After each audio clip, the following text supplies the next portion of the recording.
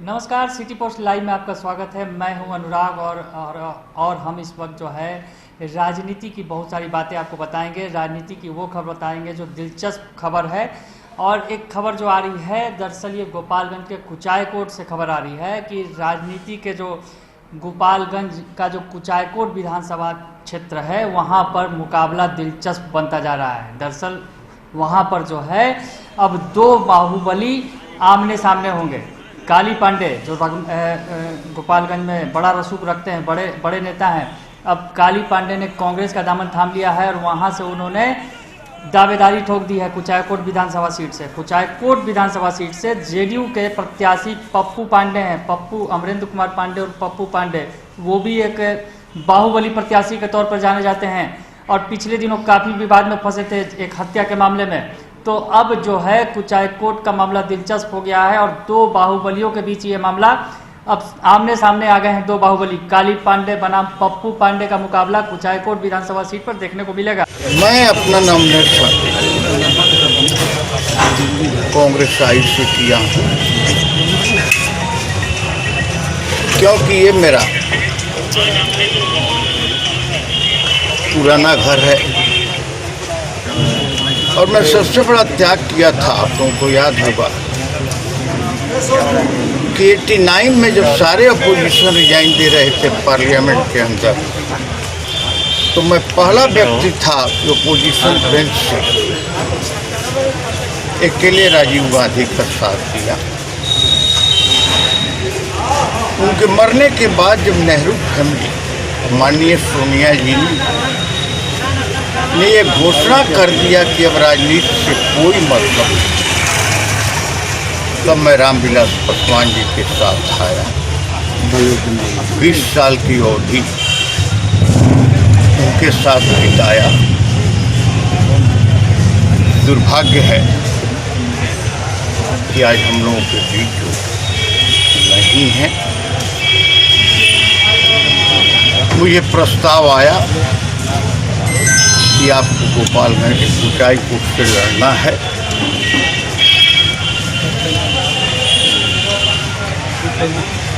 मैं मना भी नहीं कर सकता था, जिसका मूल कारण था कि यहाँ की जनता मेरा सोना, जीना, चलना, मेरी स्थिति ये बन गई थी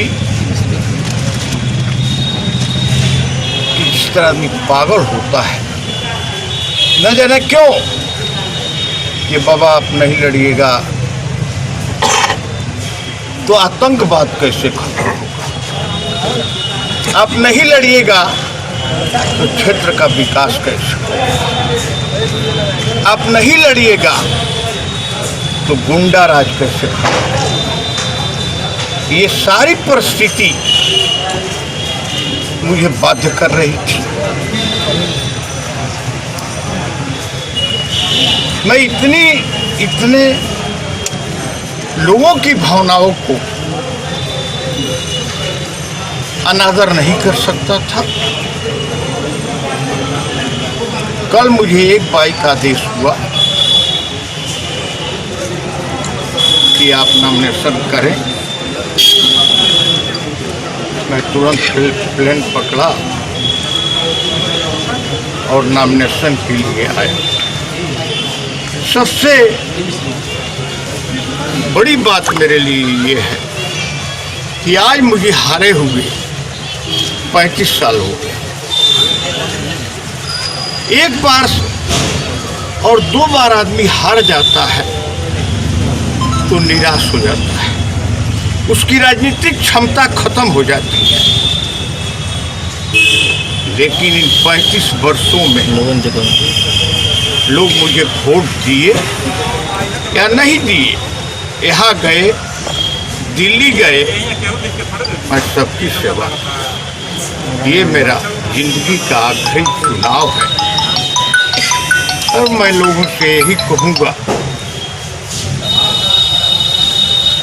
कि आखिरी वक्त आता है तो दुश्मन से भी दुश्मन साथ देता है। सभी लोग दल से ऊपर आकर एक व्यक्ति जो असहाय है।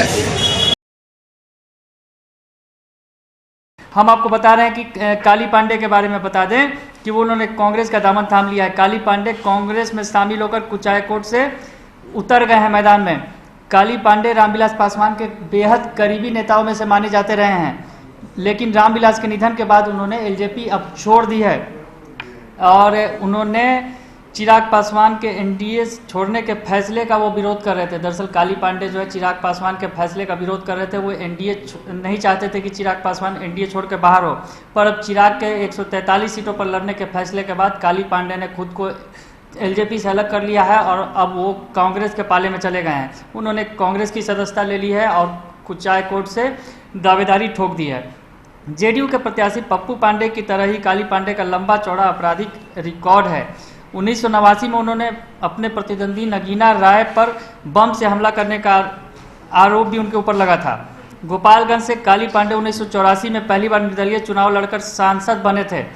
उसके बाद 2003 में वो एलजेपी में शामिल हो गए थे। तब से वो रामविलास के करीबी माने जाते रहे हैं। काली पांडे उत्तर बिहार के सबसे बाहुबली नेता रह चुके हैं। उनकी एक जमाने में तूती बोलती थी। उनकी क्राइम स्टोरी पर एक फिल्म भी बन चुकी है जिसका नाम प्रतिघात एक फिल्म बनी थी जो काली पांडे पर ही आधारित थी। काफ़ी चर्चित नेता रहे हैं काली पांडे और ये 1987 में यह फिल्म आई थी। तो काली पांडे जो है गोपालगंज की पॉलिटिक्स में पुराना नाम है और बाहुबलियों में बड़े बाहुबलियों में शुमार हैं। तो इस बार जो है उनका मुकाबला सीधे पप्पू पांडे से होगा। जो पप्पू पांडे बाहुबली सतीश पांडे के भाई हैं पप्पू पांडे और विधायक भी हैं वर्तमान में कुचायकोट से। तो अब उनके सामने मुकाबले में काली पांडे खड़े हो गए हैं।